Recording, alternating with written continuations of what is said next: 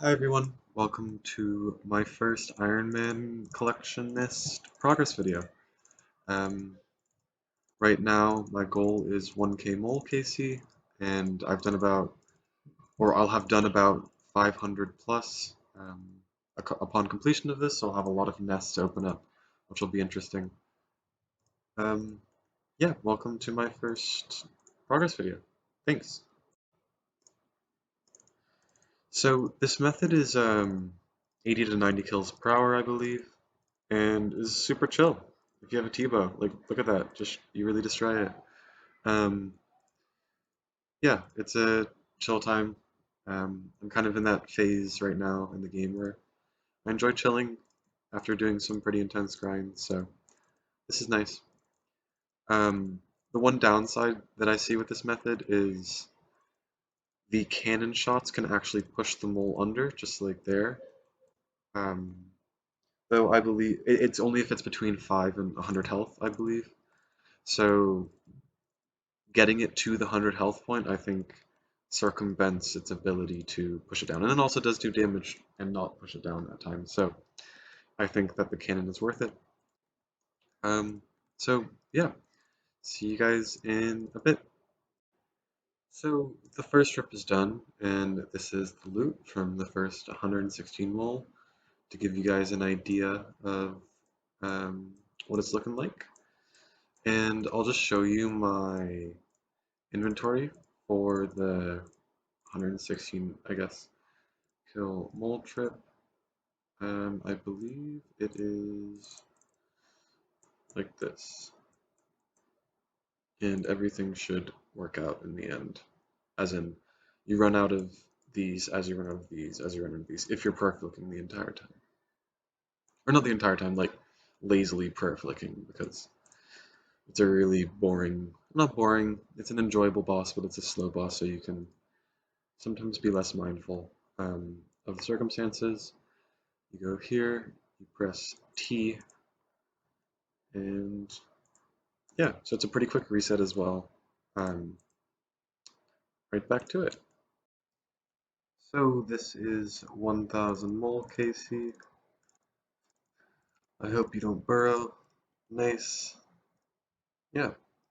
Um, Now I'm going to go turn in all of the mole claws and mole skins. So this is the loot from 331, roughly 8 mil. But in store for us, I have 620. Yeah, so let's go to Wyson the Gardener and see what we get. Alrighty, here we go. I'll trade my mole parts. Sick. Probably should have price checked them beforehand, but alas. Let's see what I get.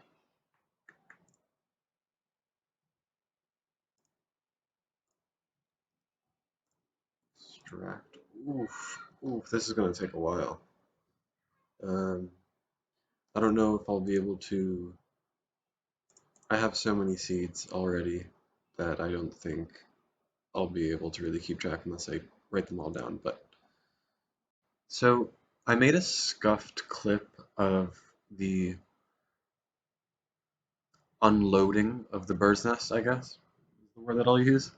Um, but it didn't really go as I would want it to, and this tracker didn't keep track of everything because when you click too quickly, it would not register as an independent bird's nest being opened, hence why I think the ratio is like this.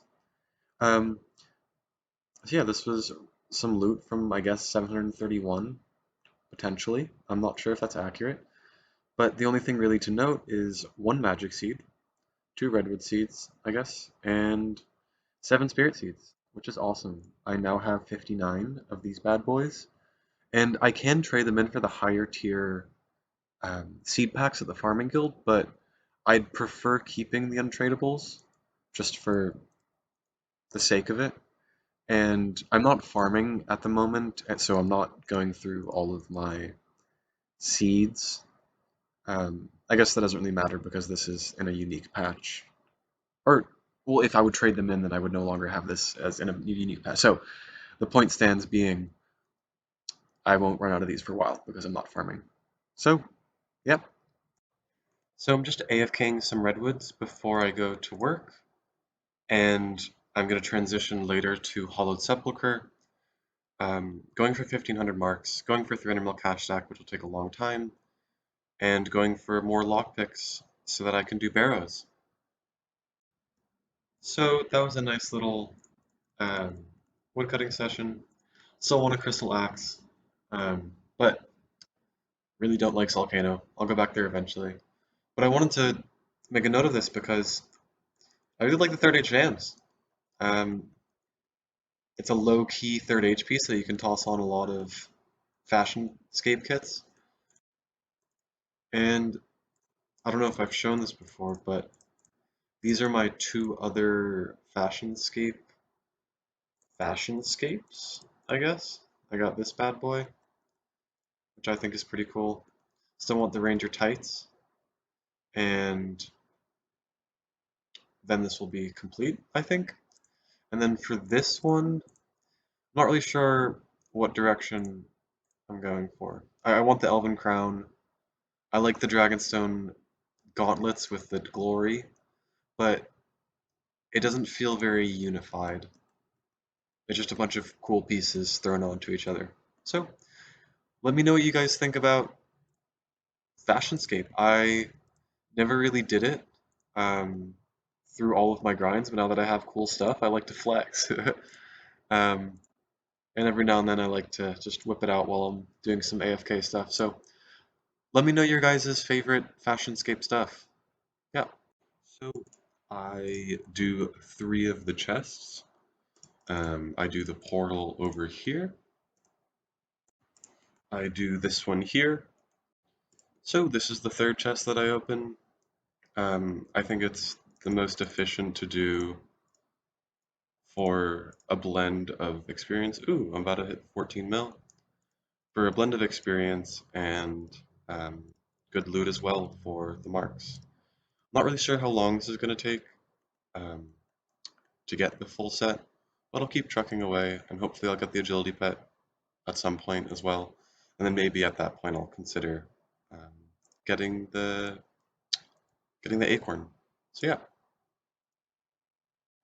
So it's looking like it's 6 marks per chest that I open, and I'm going for 1500. So how many chests is that? Ooh, new PB. It was a fast one. I did mess up a few times at the end. Um, I'll just do that later. Yeah, so what is this times 5? So I need 250 chest opens. And I looked on the wiki, and it's 1 out of 200 for um, Strangled lockpicks. So it looks like I won't get many. I'm hoping that the higher tier chests actually have a higher drop rate for the Strangled lockpick, because I might get full Black Graceful without getting all of the Strangled lockpicks that I would want for the next 50 barrows, or next 150 barrows runs. So yeah, um, that's a shame, but I guess I'll be doing barrows the pleb way later on. Yep. So I got an Sire drop, and I'm gonna go see what I get. So I want a jar or an Abbey dagger. Here's hoping. Okay, I think that's my second piece for the bludgeon, or my second bludgeon completion. The second piece for my second bludgeon completion, excuse me. Yeah, get back to it. So I wanted to go over my Sire method that I use. Um, if I had an Avernic, I would be using Lunge, and I would gain a max hit, but because I don't have an Avernic, I believe I should be using Slash. I use the the crystal bow and crystal armor, which is roughly as good as the crystal bow and armor, but I think the crystal armor looks much sicker. Um, the crossbow and armor would be this, but I haven't done Revenants yet, so I don't have access to that. But this is equally as fast. It definitely doesn't look like I'm getting a single cycle here, but very often I get single cycles. I don't use pegs because I don't think the accuracy bonus, wow, this is a really slow one. I don't think the accuracy bonus makes a difference. And I think the same could potentially be said about Barrow's gloves for Ferocious gloves, um, though I'm not sure because it is a pretty significant accuracy decrease. But once again, I don't know if that matters. So once I finish these respiratory systems, I tele home, I recharge in the pool all of my resources, and I use my ferrying back. And this method I really like because once you finish killing all the respiratory systems, there's a lag period where the Sire actually walks out from their realm, I guess, back there. And this period in between slow or cuts in the way of that, as well as oh, I hope he didn't touch it. As well as it makes it ooh, and yeah, it makes it feel more fluid because I'm cutting down on the time, um, or I'm continuing to do actions while I don't have to wait for the Sire. Similar to how for KQ you tele home in between kills. This isn't the most efficient method. The most efficient method is using Blood Barrage and the Sang Staff, but I won't really get into that. I don't have a Sang Staff, and also this method is just more fun for me. Um, on this, I run back to this spot and go back in for the kill. I don't usually use food, but it looks like, oh my, I might be in for a doozy here, boys. let's uh let's see what happens. I might have to tally. It's not worth me dying. I'm gonna go for 2 more hits, please. Oh my god, 1 health. Oh my god. Okay. Oof.